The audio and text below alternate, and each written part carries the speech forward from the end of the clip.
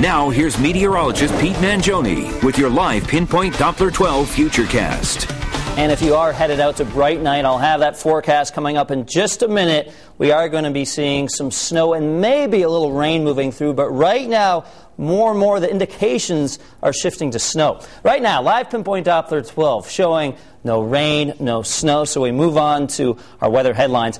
Not as bitter tonight. I mean, some upper teens, low 20s, not completely out of the question, but nothing like the 13 degrees we saw early this morning.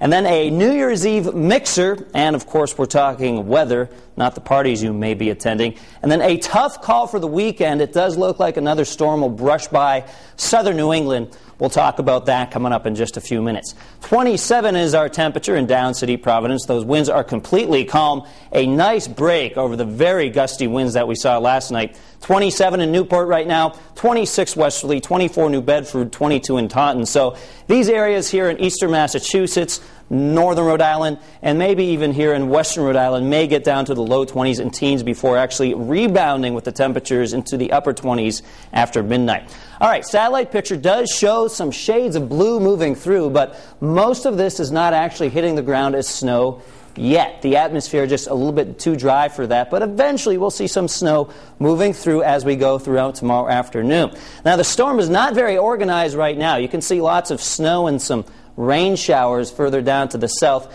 We get the cold piece of this weather system first, so that's tomorrow afternoon, and then eventually a center of low pressure forms just down to our south, and that will pull in some of this milder air which contains a little bit of rain. But the latest indications show that this warmer piece of the storm may actually not really reach us, so that's why rain will be favored over snow throughout most of tomorrow afternoon and tomorrow evening. At this point, though, it does not look like a major winter storm, but definitely something to be cautious of if you're out there traveling or headed out for New Year's Eve. 8 o'clock in the evening, 25 degrees. We're down to 24 at 10, and then midnight up to 26 as those clouds start acting like a blanket, allowing those temperatures to rise a little bit. Mostly cloudy tomorrow morning, so still dry at this point.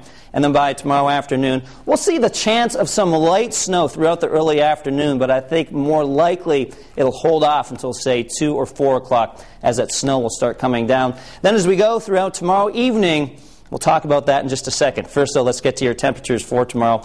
Mid-30s, maybe a few upper 30s along the shore with the chance of some snow. In fact, right now I'm going between 1 to 2 inches of snow. There may be a few areas which only get a dusting, and there may also be a few areas which get slightly over this 2-inch mark, but this is our range for now, between 1 and 2 inches. 36 in Scituate. The Cape and Islands may see just some rain. This is an area which will probably see more rain than snow, so not much of an accumulation expected here. Chance of 1 to 2 inches of snow in places like Taunton down to Fall River.